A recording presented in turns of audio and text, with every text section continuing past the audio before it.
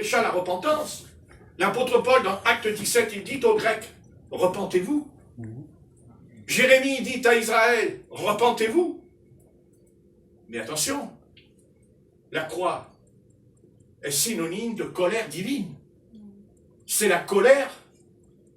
La Bible dit, dans Romains 1 et verset 18, la colère de Dieu se révèle du ciel contre toute impiété et toute injustice. Amen. Donc, qu'est-ce que vous croyez? Quand Jésus-Christ meurt sur la croix, c'est quoi? C'est la colère de Dieu qui est descendue, pas sur nous, mais sur lui. Il prie sur lui. Donc vous vous rendez compte, lui qui était sans péché, la colère divine est tombée sur le Fils de Dieu. Alors nous, qu'est-ce que c'est nous? Si jamais la colère de Dieu nous tombe dessus, mais elle nous tombera dessus si on ne se repent pas. C'est pour ça que la colère de Dieu, Ninive en 40 jours et 40 nuits, si tu ne te repens pas, tu seras détruit. Dieu n'a pas détruit Ninive parce qu'ils se sont repentis. Mais s'ils ne se repentent pas, Dieu aurait détruit Ninive. Amen. Amen. Et c'est ce qui va se passer bientôt. Bientôt. Ça va venir. S'ils ne veulent pas se repentir, c'est ce qui va venir. La colère de Dieu peut venir en une journée. Elle peut tomber en une nuit. Regardez Job. Hein? Regardez Job. En une nuit, la tempête est venue. Elle a détruit les maisons, elle a tué ses enfants. N'est-ce pas? Amen. Bien sûr, c'est pas Dieu qui a tué les enfants de Job. C'est pas Dieu qui les a tués. C'est Satan qui les a tués. Mais Dieu a permis. Alors, que va-t-il se passer si Dieu ne nous protège plus? Que va-t-il nous arriver si nous sommes plus protégés par l'Éternel? Que va-t-il nous arriver s'il n'y a plus les boucliers de la foi autour de nous?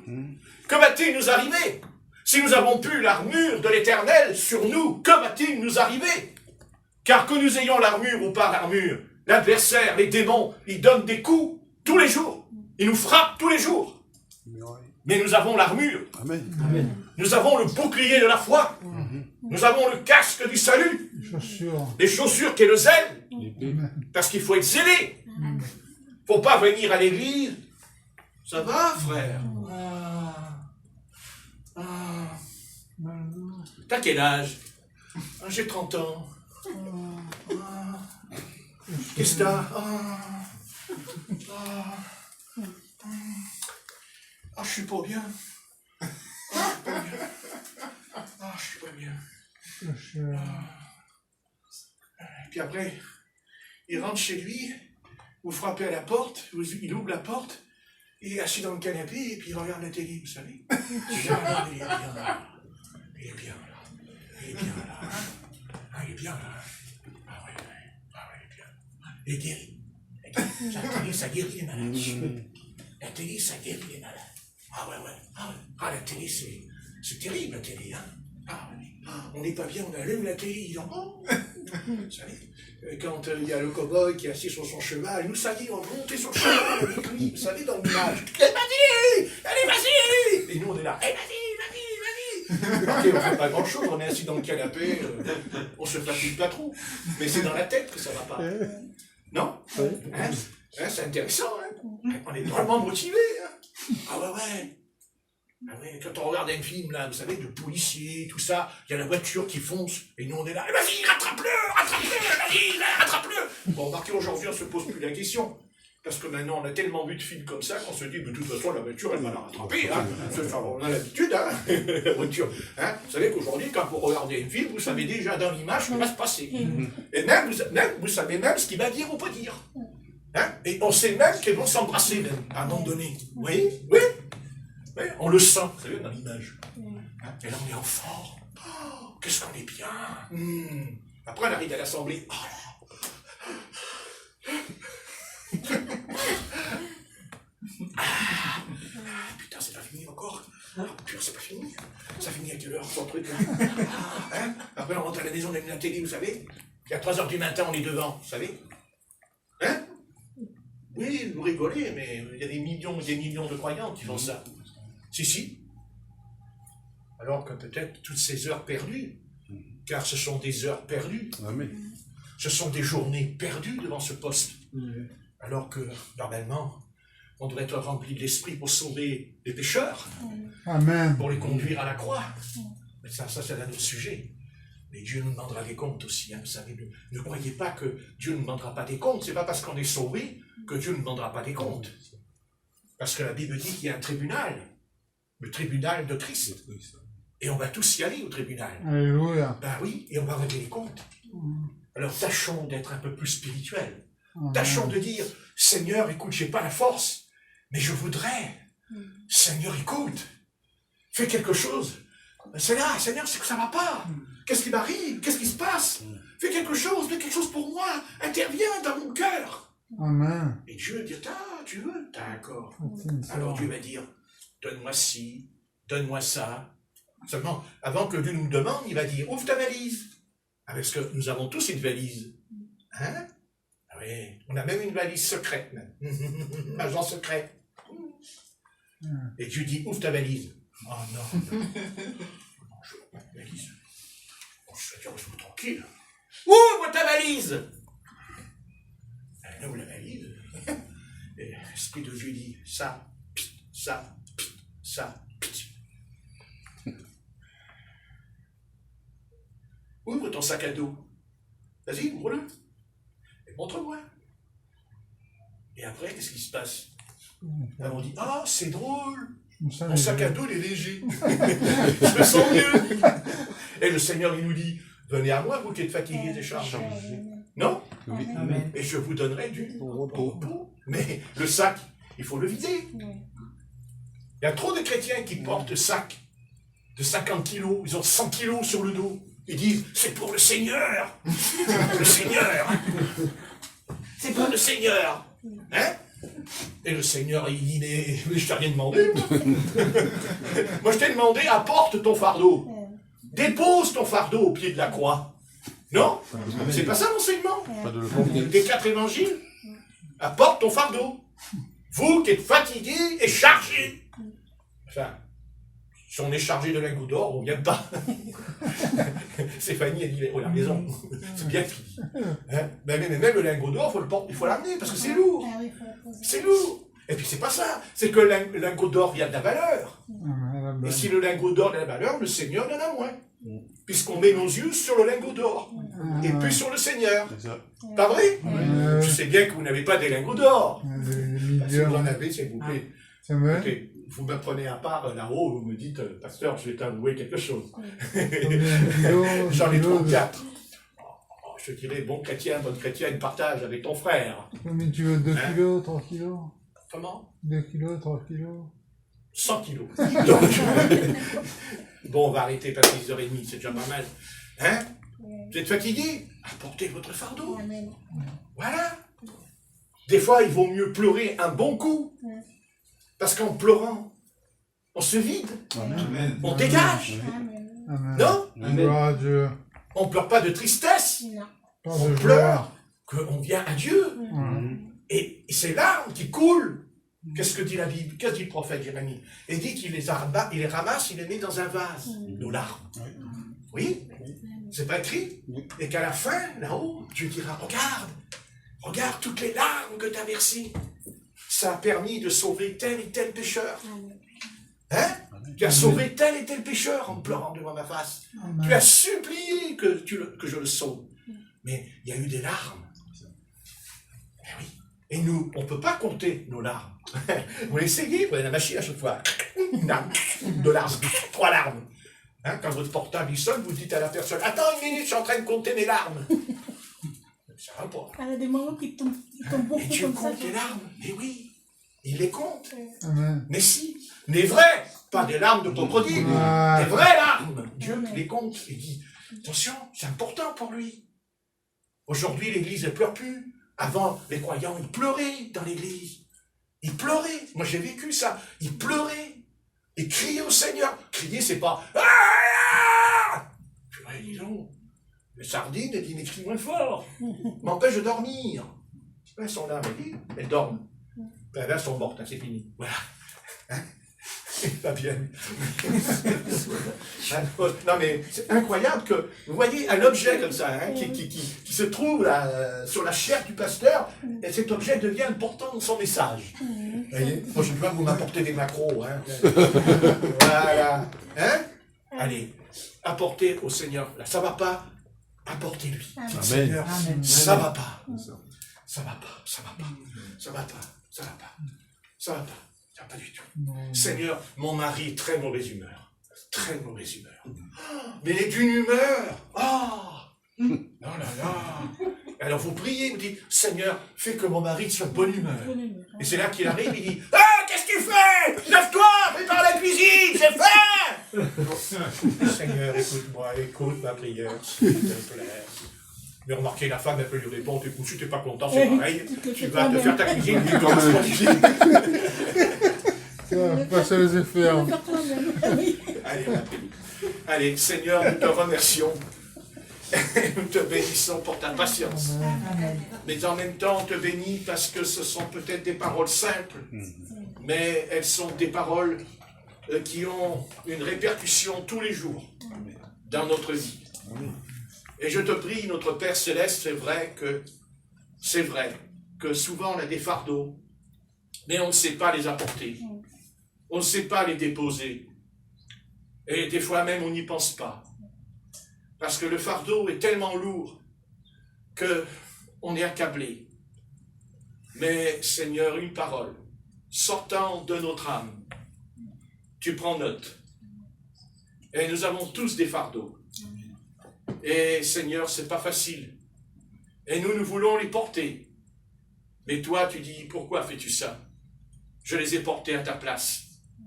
La seule chose que tu as à faire, c'est de déposer. Amen. Et Seigneur, toi, tu donneras un fardeau. Mais le tien, mais le fardeau que le Seigneur nous donnera de porter, c'est le salut des âmes. C'est le salut des pécheurs. Amen. Voilà, ça c'est un fardeau que Dieu comporte.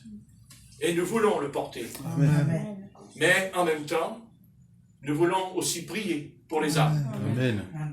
Parce que Père, une âme se convertit, alors le fardeau est moins lourd. Une autre âme se convertit, le fardeau est moins lourd. Voilà. C'est là ce que nous prions souvent. Seigneur, donne-nous la sagesse. Amen. La sagesse de conduire les pécheurs, non pas dans l'erreur, mais dans la vérité. Amen. Ne pas les appeler seulement à entrer dans une dénomination, ce qui d'ailleurs, de toute façon, s'ils rentrent dans une dénomination, ils vont déteindre. Si la dénomination elle est bleue, ils seront bleus. S'ils rentrent dans une autre dénomination qui est rose, elle sera rose. Voilà. C'est pour ça qu'aujourd'hui, nous avons des églises qui parlent de Jésus-Christ, qui prient Jésus-Christ, et qui sont homosexuels, et même à la tête. Parce que ceux qui rentrent dedans, et quand ils y vont, c'est parce que c'est ce qui correspond à leur état spirituel. Car ils rechercheront toujours ce qui leur ressemble. Mais s'il y a un chrétien qui est droit et intègre, il cherchera une église qui est intègre et droite. Amen. Amen. Il cherchera même un pasteur qui est droit et intègre. C'est comme ça. Qui se ressemble, s'assemble. Alors garde-nous fidèles, Amen. afin que nous soyons toujours fidèles. Bien que nous ne sommes pas, mais toi tu l'es. Car tu dis que si on n'est pas fidèle, toi tu demeures fidèle. Et que tu prends soin de nous. Parce que tu nous aimes. Parce que tu nous as aimés avant la fondation du monde. Pourquoi? C'est un mystère. Et laissons ça comme étant un mystère. Car Ève a voulu creuser. Ève a voulu connaître le mystère. Elle s'est plantée. Parce qu'elle était curieuse. Trop curieuse. Car il y a une curiosité qui est malsaine. Et souvent, c'est ce qui se passe dans beaucoup d'enfants de Dieu. Ils veulent savoir des révélations, les 7 sceaux, les 7 tonnerres, et ceci, et cela, les explications, les mystères. Mais le mystère de Christ, c'est Christ. Et laissons Christ tel qu'il est. Et s'il y a un mystère, eh bien, s'il veut le dévoiler, il le fera. En son temps, car c'est lui qui a déchiré le voile dans le temps. Ce n'est pas les hommes, c'est Dieu qui déchire le voile pour que nous puissions entrer et non pas rester seulement dans le lieu saint, ce qui est déjà pas mal, mais pour aller dans le lieu très saint, pour rejoindre non pas un sacrificateur, mais un souverain sacrificateur. Et Jésus-Christ est souverain sacrificateur. Il est au-dessus d'Aaron, Il est au-dessus d'Abiatar. Il est au-dessus de toutes ces choses. Parce qu'il habite dans le ciel. Parce qu'il est assis à la droite du Père Céleste dans le ciel. Et qu'il ne nous a pas laissés seuls. Il ne nous a pas laissés orphelins. Mais il nous a envoyé un autre consolateur, le Saint-Esprit. Et il prendra ce qui est à moi et vous le donnera. Alors, Seigneur, tu as dit que le Saint-Esprit nous donnera. Ça veut dire qu'il est bon. Ça veut dire qu'il a de bonnes choses pour nous. Et que tout ce que l'Esprit Saint nous propose, c'est pas que nous devions, Seigneur, dévier. Car le problème, c'est qu'on dévie. Le problème, c'est qu'on est aussi versatile et changeant. Et seul ton esprit, en créant l'homme nouveau, nous serons stables et équilibrés et posés dans nos propos. Nous serons animés de douceur et d'amour, non pas la douceur de l'homme, non pas la douceur hypocrite et lâche de Judas, mais la vraie douceur, comme Pierre, l'apôtre Pierre, c'est vrai, il n'avait pas la douceur, il était déglingué. Mais, Seigneur, tu l'as transformé. Amen. Ce n'est pas lui. Il ne s'est pas fabriqué. Il n'a pas dit, je fabrique un apôtre. On ne fabrique pas un apôtre, on ne fabrique pas un prophète. Si on le fait, c'est un faux apôtre et un faux prophète. Non. Le Seigneur dit à Ananias, au sujet de Paul, qu'il était consacré dès le sein de sa mère, qu'il était préparé, mais il n'était pas prêt encore. Mais nous savons que devant Étienne, il a pris le manteau. Il était là, c'est écrit, le manteau. Il avait le manteau dans sa main. Et il a vu Étienne mourir. Mais peut-être quand il est reparti, on ne sait pas ce qui s'est passé en lui. Inconsciemment, tu as commencé ton œuvre en lui quand il a vu Étienne qui était martyrisé par terre. Et plus tard, ce sera son tour. Ce sera son tour. Car le Seigneur lui a dit, cet homme souffrira beaucoup pour mon nom. Je l'enverrai parmi les nations et les rois de la terre, mais il souffrira beaucoup. Voilà, nous n'en sommes pas là. Et ceux qui voudraient ressembler à l'apôtre Paul, je leur dis, bon courage, mon ami, bon courage. En tout cas, moi, j'ai pas envie. Je veux bien ressembler à Christ, mais pas à l'apôtre Paul. Parce que Paul n'a pas porté mes péchés. Parce que Paul n'a pas été crucifié, mais Christ a été crucifié. Ce qui veut dire qu'il portera mon fardeau, il portera mes souffrances, il portera mes épreuves. Mais Paul, il ne peut pas porter mes épreuves. C'est Christ. Parce que Christ est vivant. Alléluia. Parce que Christ est ressuscité. Parce que Christ vraiment existe vraiment. Et il existe. Parce qu'il a dit, 2 ou 3 réunis en mon nom, je suis présent et je suis au milieu d'eux. Alors ce soir, Jésus-Christ, tu es au milieu de nous. Amen. Tu es au milieu de nous parce que tu es en nous. Amen. Parce que tu manifestes en nous ta présence. Mais par le Saint-Esprit. Car nous sommes dans la dispensation du Saint-Esprit. Nous ne disons pas, Jésus-Christ, là, il est à côté de nous, il est là, c'est faux. Non, Jésus-Christ, il n'est pas à côté de nous. Il est dans le ciel. Il est dans le ciel. Amen. Pas sur la terre, Jésus-Christ. Il est dans le ciel. Il reviendra. Par contre, le Saint-Esprit est descendu à la Pentecôte. Amen. Comme il descend en nous en cet instant. Amen. Amen. Voilà, c'est ce que font les sectes. Nous n'avons pas de vision particulière sur Jésus-Christ. Non. Non, nous prêchons que Jésus-Christ est assis dans le ciel à la droite du Père. Amen. Et nous prêchons que le Seigneur nous envoie un autre consolateur, le Saint-Esprit. C'est toujours Jésus-Christ. Mais dans la forme du Saint-Esprit, dans la dispensation du Saint-Esprit, car nous sommes dans l'âge de la dispensation du Saint-Esprit, parce que c'est l'âge de la grâce pour les nations. Le Seigneur dit, le salut vient des Juifs. Mais Christ dit dans Matthieu 28, allez et prêchez la parole à toutes les nations et baptisez-les. Alléluia. C'est le temps de la repentance pour les nations. Mais Paul dira, quand le dernier païen sera entré, la porte de la grâce se fermera. Ce ne sera plus le temps des nations pour le salut des pécheurs. Ce sera le temps pour Israël de recevoir son Messie, son Sauveur, le Fils de Dieu. Alléluia. Alléluia. Ce soir, nous sommes dans la dispensation de la rédemption. Tout pécheur, qu'il soit grec ou juif, s'il vient à la croix de Golgotha et tombe devant la face de la croix et dit « Jésus-Christ, tu es mon sauveur, tu m'as sauvé, tu as pris mes péchés, tu m'as délivré des péchés et tu m'as délivré de Satan.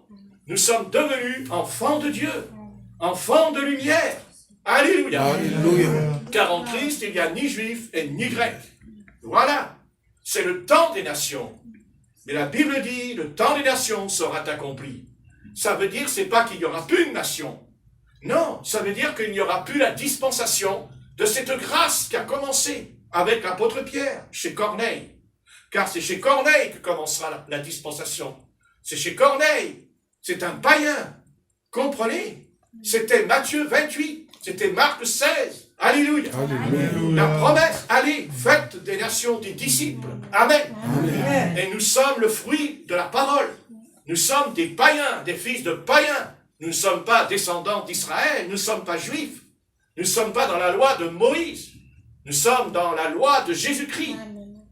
Amen. Amen. Car la loi est venue par Moïse, mais la vérité et la grâce est venue par Jésus-Christ. Amen. Jésus-Christ. Alléluia. Alléluia. Gloire à son nom. Gloire à son nom. C'est la dispensation. Alléluia. Alléluia. C'est la dispensation où Dieu promet que si on se repent de nos péchés, de nos iniquités, si on se laisse purifier par le sang de l'agneau, alors nous recevons le don du Saint-Esprit.